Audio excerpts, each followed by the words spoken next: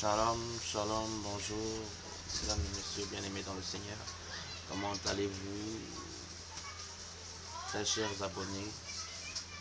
Mesdames et messieurs, je suis très heureux d'être parmi vous à cet instant, encore une fois.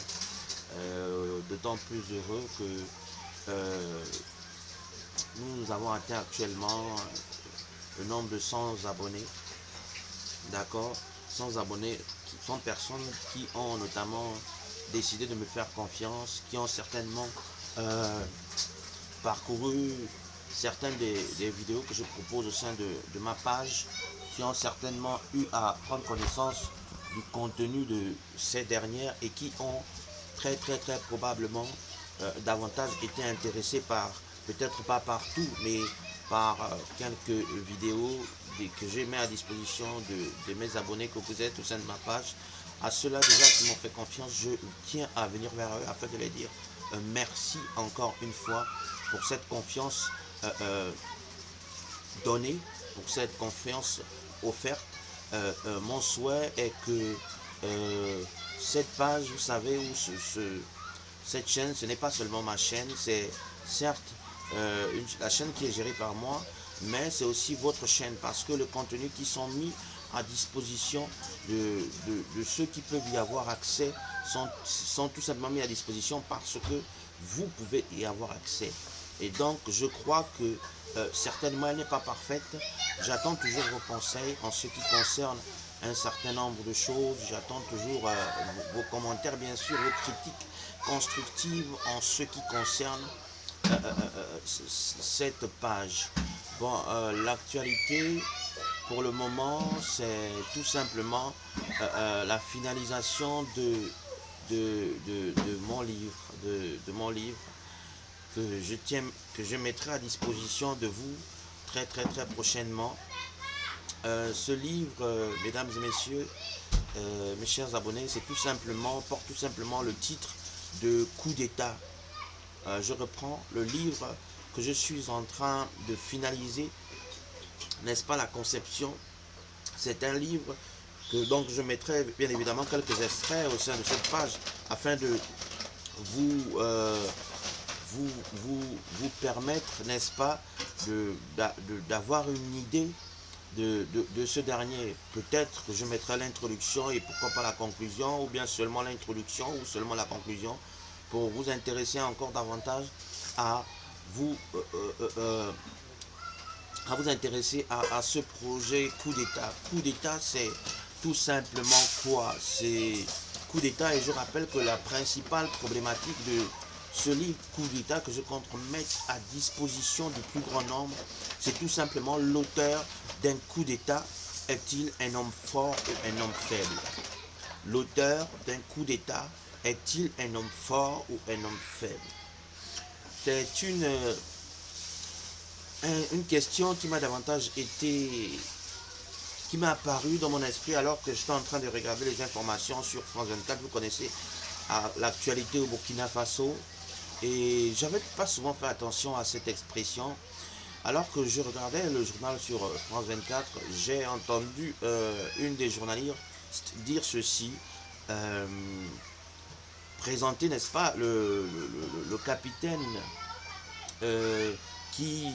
dont je ne vais pas citer le nom et que vous connaissez tous, qui venait apparemment de réussir un coup d'État, présenter cet homme comme étant le nouvel homme fort du Burkina Faso. Alors, à mon grand étonnement, cela m'a complètement saisi. Vous savez, on a déjà écouté cette expression-là utilisée par un bon nombre de journalistes à la suite d'un coup d'État, le nouvel homme fort de tel pays qui est arrivé au pouvoir à la suite d'un coup d'État, la nouvelle femme forte de ce pays, même si c'est pas très répandu, n'est-ce pas, qui est arrivé au pouvoir à la suite d'un coup d'État. Alors, à la question de savoir si ce capitaine qui venait d'avoir accès au pouvoir, je me suis dit, est-ce que ce capitaine, donc l'auteur de ce coup d'État qui venait davantage de le réaliser, est-ce que l'auteur d'un coup d'État est-il réellement un homme fort? Ou l'auteur d'un coup d'État est-il un homme faible? Je ne sais pas comment cette question m'est apparue à l'esprit, mais je crois que c'est l'Esprit de Dieu qui m'a davantage interpellé sur ce sujet, parce que c'est une problématique très importante, mesdames et messieurs bien-aimés dans le Seigneur. L'auteur d'un coup d'État doit-il être considéré comme étant un homme fort ou un homme faible? L'auteur d'un coup d'État doit-il être considéré comme étant un homme fort ou un homme faible? Je sais que certains d'entre vous prétendraient très probablement déjà avoir la réponse à cette question. Mais je vais les inviter tout simplement à véritablement méditer là-dessus. Parce que vous savez, il ne suffit pas de dire oui, il faut savoir peser le pour et le contre. Et donc, à l'intérieur de ce livre, que je proposerai de mettre certainement une partie à votre disposition en attendant que vous puissiez bien évidemment l'avoir chez vous, que vous puissiez le commander. Je mettrai des extraits au sein de cette page, n'est-ce pas, pour vous apporter quelques éclaircissements qui sont nés de cette réflexion. L'auteur d'un coup d'État est-il un homme fort ou un homme faible? Au sein de ce livre, qui traite de manière générale, n'est-ce pas, qui a pour thème, autant pour moi, le thème des coups d'État en Afrique et dans le monde, je présente notamment, déjà je commence en définissant le coup d'État, n'est-ce pas, et je présente l'évolution du phénomène de coup d'État à travers l'histoire, n'est-ce pas? Voilà. Donc, je disais que je vous annonce déjà comme ça que ce livre intitulé Coup d'État, et qui a pour principale problématique l'auteur d'un coup d'État est-il un homme faible ou un homme fort, s'articule en deux principales parties, sinon est divisé en deux principales parties. La première partie, c'est tout simplement, s'intitule tout simplement la place du coup d'État dans la nation. La première partie est tout simplement intitulée la place du coup d'État dans la nation. À l'intérieur de cette partie, j'ai davantage l'occasion de montrer la place du coup d'État dans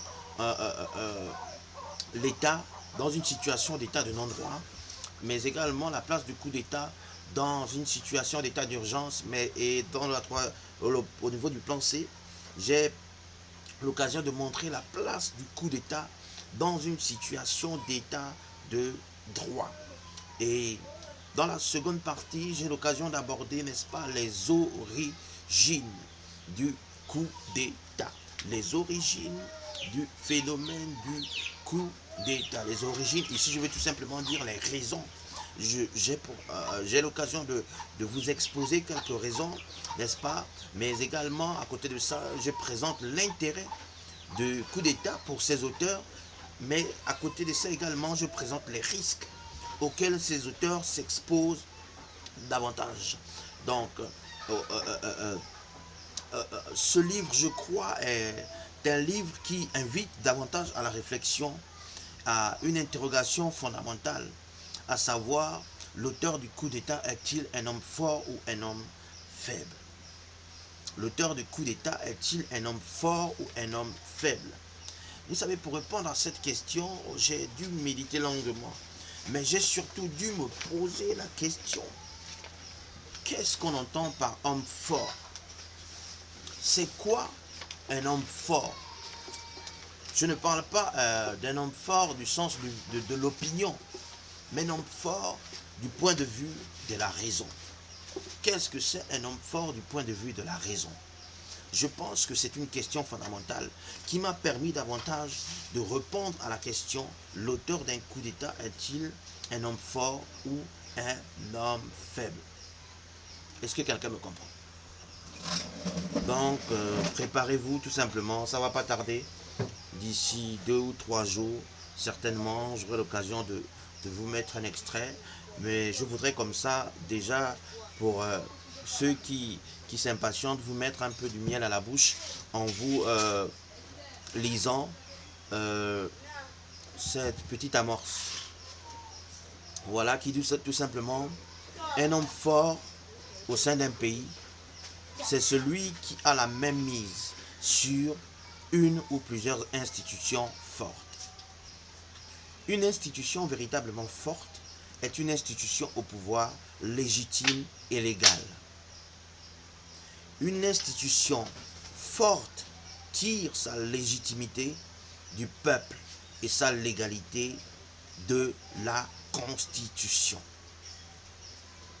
Il existe plusieurs institutions au sein de la nation, au sein d'une nation forte, à la fonction connue et au pouvoir incontestablement reconnu. Ces institutions sont généralement gérées par des acteurs clés de la société dans l'intérêt commun. Lorsque ce n'est pas le cas, on parle de confusion en gestion de biens publics et privés, mais aussi parfois de décadence du système ou du pouvoir. La décadence du pouvoir est un phénomène très répandu dans les pays du tiers-monde. Le tiers-monde, le deux tiers-monde et le trois tiers-monde forment le monde entier. À ce jour, le tiers-monde regroupe la majorité des pays du sud de la planète, qui sont regroupés principalement au sein du continent africain. Le tiers-monde est généralement perçu comme le monde d'en bas ou le monde sensible. Le monde sensible est le monde dans lequel les hommes et les femmes naviguent généralement à vue.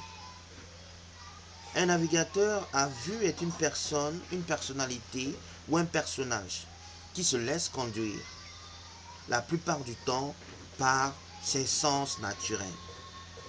Cette spécificité fait de lui un être primitif, un homme du berceau ou un habitant du temps des cavernes comparable à l'homme de l'allégorie de la caverne de Platon, qui vit dans un monde inférieur.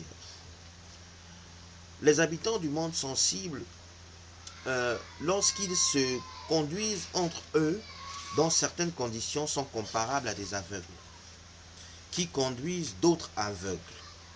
Par exemple, au cours d'un passage en zone trouble ou en territoire hostile. Le tiers-monde qui est représenté dans l'allégorie de la caverne extensive comme un monde sous terre semble héberger tous les malheurs du monde, sinon les plus grands maux de l'humanité, qui contribuent malheureusement pour ses habitants à sa pitoyable et funeste réputation. Le monde sous terre, contrairement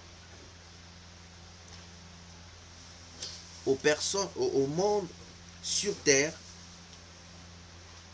ne semble pas être consacré au progrès.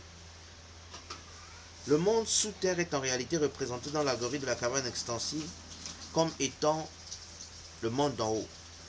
Le monde sur terre est généralement représenté dans l'allégorie de la caverne extensive comme étant le monde d'en haut, qui correspond à un espace qui est totalement éclairé par la lumière. Les rayons du soleil dans l'allégorie de la caverne extensive incarnent le chemin de la vérité, la grâce divine, la vérité universelle. Cette lumière du soleil qui baigne la totalité du monde d'en haut ne parvient malheureusement pas jusqu'au monde d'en bas, ce qui justifierait l'obscurité et l'opacité dans la gestion des affaires publiques. Mais comment navigue-t-on dans le monde d'en haut? Ça, c'est un passage, n'est-ce pas, que j'ai davantage eu l'occasion de vous lire. C'est l'amorce. C'est l'amorce qui vient tout simplement introduire, sinon présenter le cadre dans lequel se déroule ce phénomène que nous appelons les coups d'État.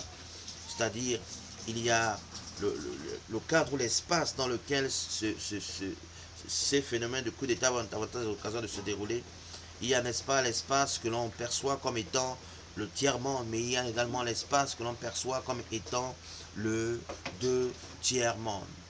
Nous savons qu'il y a aujourd'hui davantage le phénomène de coup d'État qui est très répandu au sein des pays du tiers-monde. Ça, c'est une réalité. Mais ce que nous ne devons pas également ignorer, c'est que ce phénomène de coup d'État menace aussi, ou a souvent menacé aussi la démocratie, de nombreux pays, c'est-à-dire de nombreux pays développés, ou de nombreux pays, comme on les appelle tout simplement pays du Nord, n'est-ce pas, qui regroupent la majorité des pays développés de la planète. Tout simplement pour dire à quelqu'un que le phénomène de coup d'État n'est pas un phénomène exclusivement africain, mais c'est davantage un phénomène mondial qui menace autant les autorités légalement établies au sein des démocraties dans les pays du Nord que les autorités légalement ou établies ou non dans les pays du Sud. C'est une réelle menace pour la nation et il est très très très important que nous arrivons à comprendre ce phénomène. Nous arrivons, n'est-ce pas, à véritablement comprendre ce phénomène, à le saisir, à l'analyser, à comprendre quelle est la place de ce phénomène dans la nation, selon le système dans lequel on se trouve. C'est là l'état dans lequel on se trouve, si c'est dans un état de non-droit, si c'est dans un état pendant une situation d'état d'urgence ou pendant une situation d'état de droit. Quelle est sa place? Mais encore, quelles sont les raisons souvent mises en avant par les auteurs de coups d'État? Quel est l'intérêt qu'ils poursuivent principalement? Mais encore, quel est le risque que ce phénomène peut davantage engager? C'est sur ce propos que je vais davantage vous laisser méditer un tout petit peu et surtout vous demander de beaucoup méditer là-dessus. L'auteur d'un coup d'État est-il un homme fort ou un homme faible? J'aurai l'occasion de répondre dans mon livre qui sera publié d'ici là avec un éditeur que je vous présenterai bien sûr. Bon, dans tous les cas, c'était juste ça, c'est mon actualité actuellement. Et je veux encore venir ici pour dire merci à mes 100 abonnés. Oui, 100 abonnés en 2 ans. Certainement pour beaucoup, ce n'est rien, mais pour moi, c'est beaucoup de choses. Voilà. Donc, merci encore. Et je remercie encore tous ceux qui continueront à s'abonner, mais surtout à liker et le contenu que j'ai mis à disposition dans le contenu que je les mets à disposition à travers ma page ou ma page YouTube tout simplement. Voilà, je vous rappelle encore, je suis Maël Kombila, je suis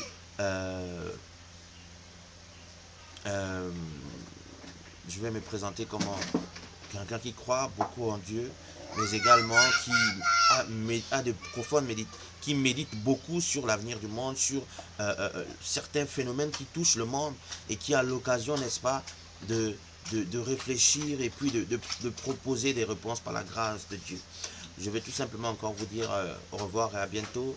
Que Dieu vous bénisse, véritablement, qu'il bénisse vos familles, qu'il bénisse vos nations et qu'il vous permette surtout de vous affranchir à travers l'acquisition de la vérité. Car la Bible déclare, vous connaîtrez la vérité et la vérité vous affranchira. Au nom puissant de Jésus-Christ. Au revoir et à bientôt. Je vous aime. Bye.